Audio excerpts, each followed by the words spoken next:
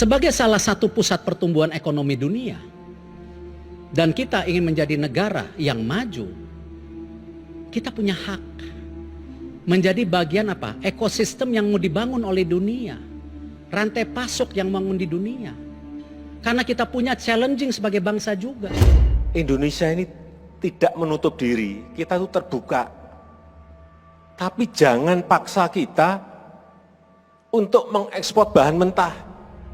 Enggak, udah enggak mau kita. Kalau kamu ingin memproduksi katot, prekursor, panel surya, silakan datang ke Indonesia, kita terbuka. Kurang apa kita? Kamu boleh bekerja sama dengan perusahaan di Indonesia. Kamu boleh bekerja sama dengan BUMN Indonesia. Kamu juga boleh mendirikan sendiri di Indonesia. Juga tidak apa-apa, tetapi industrimu, pabrikmu itu ada di Indonesia, bukan ada di Eropa. Karena dari situlah kita akan mendapatkan sebuah manfaat yang sangat besar. Kesempatan kerja yang seluas-luasnya bagi rakyat kita.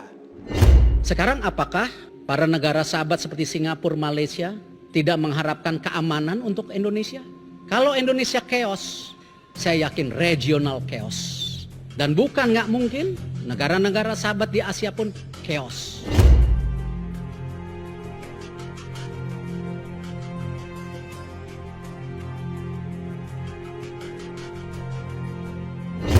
Kenapa? Boksit Indonesia 90% ke China. Sahabat-sahabat kita dari Korea sekarang lagi investasi besar-besaran mengenai apa? Mobil listrik. Dan itulah kenapa kita penting di sini. Tentu dari negara lain, Amerika, perlu kita juga kok. Kita negara non-blok yang tidak punya alians, jadi kita tidak punya kepentingan geopolitik yang terlalu dalam. We want to serve everyone. Oleh sebab itu, kita juga harus memiliki produk barang yang negara lain tergantung pada kita. Dan bahan-bahan mentahnya ada di Indonesia semuanya. Presiden Republik Indonesia Joko Widodo berencana melarang ekspor emas. Langkah terbaru ini dilakukan setelah pertengahan tahun ini, pemerintah berencana untuk menghentikan ekspor komoditas tambang mentah seperti bauksit, tembaga, hingga timah. Hal ini disebutkan untuk meningkatkan nilai tambah di dalam negeri, menyusul kesuksesan hilirisasi pada komoditas nikel. Sejak ekspor biji nikel dilarang pada 2020, Presiden menyebut nilai tambah bagi negara ini melonjak menjadi 30 miliar dolar Amerika Serikat. Dari sebelumnya yang hanya 1,1 miliar dolar Amerika Serikat saat Indonesia mengekspor biji nikel. Dengan pernyataan seperti ini, media asing ramai-ramai membahas hal tersebut. Salah satunya adalah media milik negara Jerman, Deutsche Welle atau DW. DW membuat artikel khusus bertajuk Export Bans Push Indonesia's Onshoring Policy. Media itu menyebut Indonesia mengikuti jejak China dalam menghentikan ekspor tambang mentah. DW menyebut China telah membangun dengan pola perdagangan dunia yang cacat bertahun-tahun yang lalu, secara bertahap melepaskan citranya sebagai bengkel global yang murah dan menggantinya dengan dorongan untuk produk-produk kelas atas. Rekannya di Asia, Indonesia sekarang mengikuti jejak Beijing karena berusaha menopang pertumbuhan tanpa henti selama 20 tahun dengan dorongan manufaktur. Berdasarkan peraturan yang berlaku sejak tahun 2020, pembeli nikel Indonesia dari luar, misalnya, sekarang harus berinvestasi di pabrik peleburan dalam negeri dan mengolah bahan bakunya secara lokal.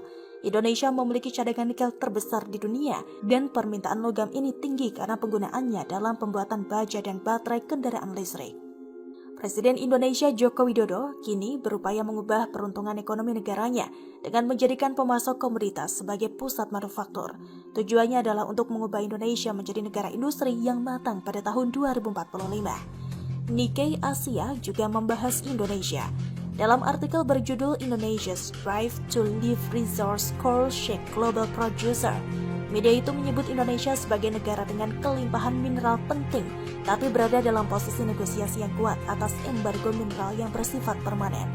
Pelarangan ekspor bahan mentah akan memacu investasi di sektor hilir, menciptakan lapangan kerja, dan mengarah pada peningkatan ekspor produk yang lebih bernilai daripada hanya menjual apa yang digali dari tanah. Ini adalah kebutuhan yang mendesak bagi negara yang sektor pertambangannya hanya menyumbang 6,4% dari perekonomian meskipun memiliki sumber daya yang melimpah. Nikkei juga menilai nikel menjadi yang terkuat di Indonesia, di mana bahan ini digunakan dalam baja tahan karat dan memperoleh traksi sebagai bahan utama dalam baterai EV bertenaga. Harga nikel baru-baru ini mencapai level tertinggi dalam 10 tahun, dengan stok logam turun karena perusahaan mobil besar meningkatkan produk EV mereka. Sementara The Diplomat dalam artikel berjudul Can Indonesia Seize Its Electric Vehicle Ambitions menulis soal rencana Indonesia ingin menjadi pusat EV global.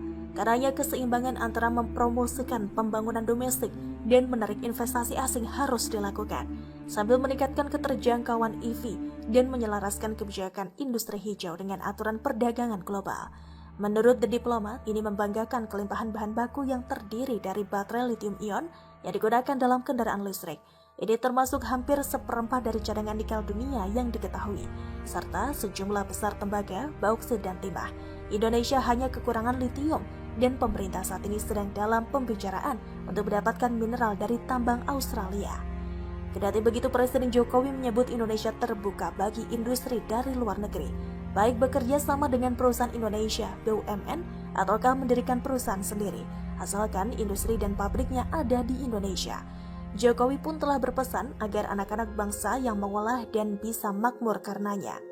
Itulah makna kedaulatan, melawan penindasan, berdiri sendiri, melawan tekanan kolonialisme baru saat penjajahan tidak lagi dilakukan secara fisik, namun melalui penindasan pasar. Saat penambang kita ditekan untuk menjual barang mentah yang murah, lalu diolah oleh para penjajah masa kini, dan kita dipaksa membelinya dalam bentuk jadi berharga ratusan ribu dolar. Kalau perjuangan hingga berdarah-darah ini ternyata mesti juga takluk kepada kepentingan penjajah global atas keserakahan mereka ingin menguasai bahan mentah kita. Setidaknya kita masih bisa berdiri tegak dengan bangga karena kita telah berjuang sebaik-baiknya, sehormat-hormatnya.